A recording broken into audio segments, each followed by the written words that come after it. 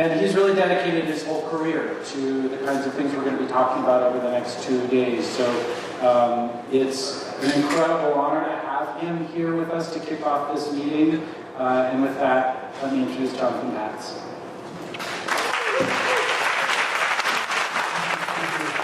Thank you so much. And when Sam said we met when he was wet behind his ears, he's actually being quite literal, because we've been thinking about this event ever since we shared a kayak trip together down the Potomac, thinking about this. And it's a real honor. Thank you for inviting me to do this. The other thing, I asked Sam, how long should I talk? And I told him I'd probably be finishing up my talk on the plane. I'd talk from my laptop. He said, okay, you can talk as long as you can hold your laptop. So this won't be very long, don't worry. But I do want to say that I really am humbled by this invitation to give opening remarks at this inaugural meeting of Planetary Health. Really, most of you in the room know who the best speaker, if he were alive today, who the best speaker would be for this opening. And of course, that would be Tony McMichael. So I'd like to begin my words, my talk, with some words from Tony McMichael, because they're as accurate today as they were 25 years ago. In his widely acclaimed book, Planetary Overload, that was published in 1993, Professor McMichael begins like this. Homo sapiens has existed for less than 1/10,000th of the Earth's lifespan, and indeed for less than 1,000th of the time since animal life ventured from the oceans onto dry land. Humans are newcomers with no special immunity against the usual fate of biological species on Earth, extinction. Indeed, it is just now becoming conceivable that within several generations, the human species may face threats to its survival because of its disturbance of Earth's life-supporting ecosystems. He continues, our aggregate impact upon the biosphere is about 1 million times greater than in pre-agrarian times. We are consequently overloading Earth's capacity to absorb otherwise non-toxic waste gases, to replenish slowly renewable resources such as soil and groundwater, and to sustain genetic and ecological diversity. It is these disruptions that comprise an unprecedented threat to our life support systems. While others have also shared these concerns, I feel that Tony McMichael's insights at the nexus of human health and global systems is really the foundational beginnings of our emerging focus on planetary health. But alas, Tony died 2 years ago and is not here to lead off this momentous occasion to launch planetary health. But I think my Wisconsin connections sort of qualify me a little bit to help launch the activities of planetary health. Recall the famous Wisconsin naturalist, John Muir, who said, when you pull on any one thing, you find it connected to everything in the universe. And Wisconsin Senator Gaylord Nelson, who was the founder of Earth Day and was a key person to establish the U.S. EPA.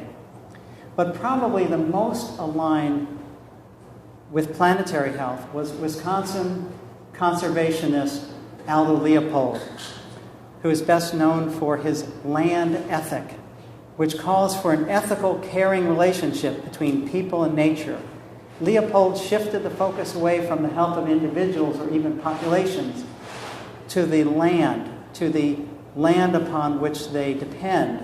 And he said, look to the land, and if those natural systems providing natural resources are healthy, so too are the dependent organisms.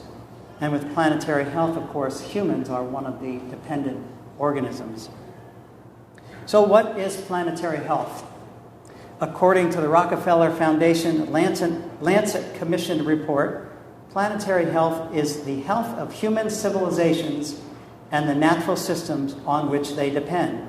So indeed, this is perfectly in step with Professor Michael McMichael's teachings. Swedish scientist Johan Rockström has described planetary boundaries from ocean acidification and nitrogen cycles to stratospheric ozone, biodiversity, and more. I won't go into those statistics because most of you in this room know them better than I do. And most of you in the audience are very impressive scientists making these connections. And that's the conference coming up that you'll be speaking in. So I do want to mention a couple of examples, though. Most of you recall the example of the disappearance of the Aral Sea in Uzbekistan. Though very clear in retrospect, it was not so clear as a slow-moving disaster.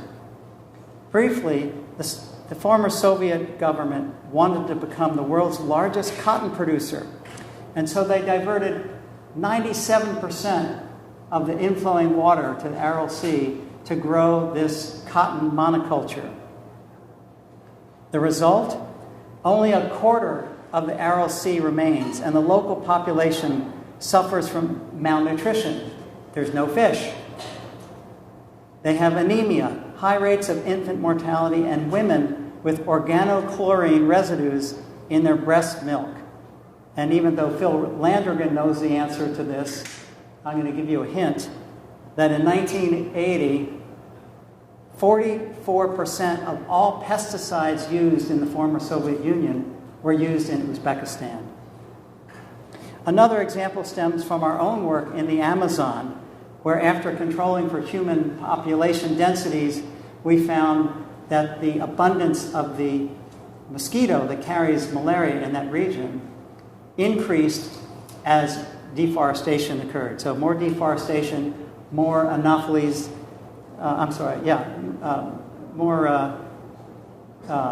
anopheles, darling-eye mosquitoes that carry malaria. Now I want to give you some breaking news, and I'm going to switch hands for this. And it's an area that I am most familiar with.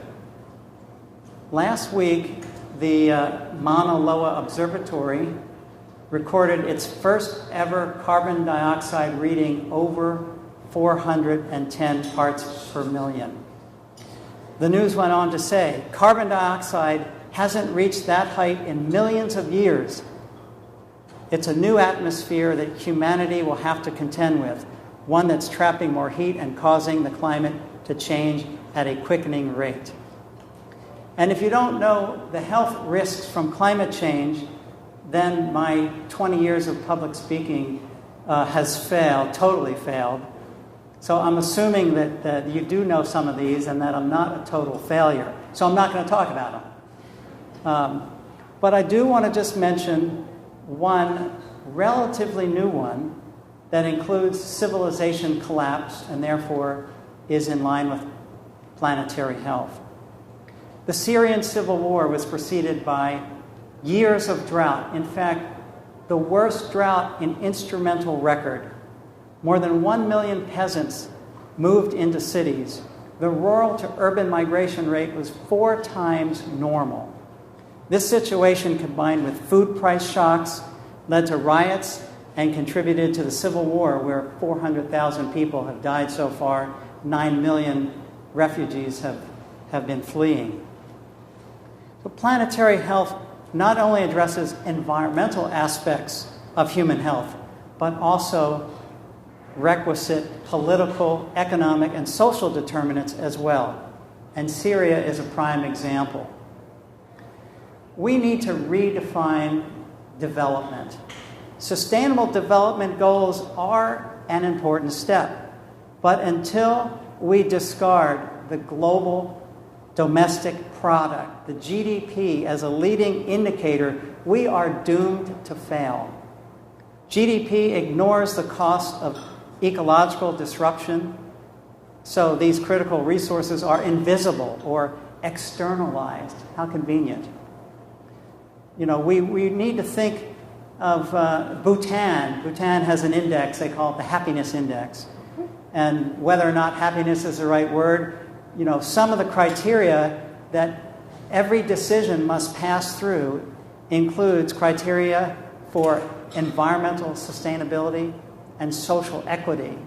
Imagine if we in the rest of the world had those types of criteria instead of only looking at money as the be it and end all. So we can think about that type of index to strive for. In the U.S., the Supreme Court ruling on Citizens United now classifies corporations as individuals. Consequently, money as free speech. One result, today's level of financial inequity between rich and poor is equivalent to that of the Gilded Age, before national income taxes even began. This is back when we had, no income tax, and they're very wealthy families. And the upward trend is alarming. It's getting worse. And many scholars agree that for environmental health solutions to be lasting, these economic disparities are a prerequisite.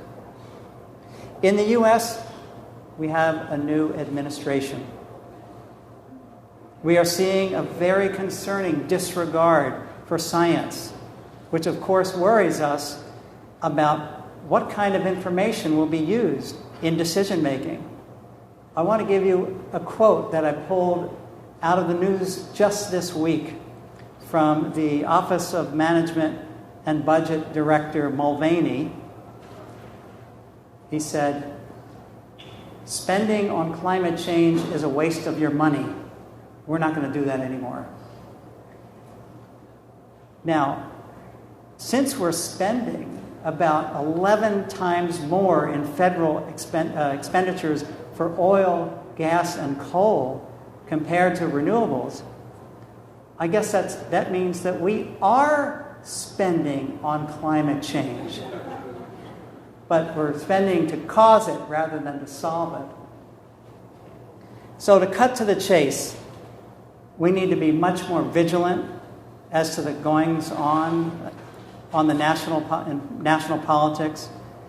And strong nationalism globally will not help the cause of planetary health, where we must view the Earth's natural resources as a global commons.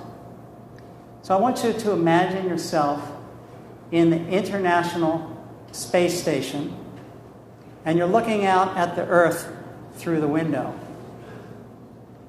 And if you look at the surface of the Earth, do you see the Earth carved up into nations?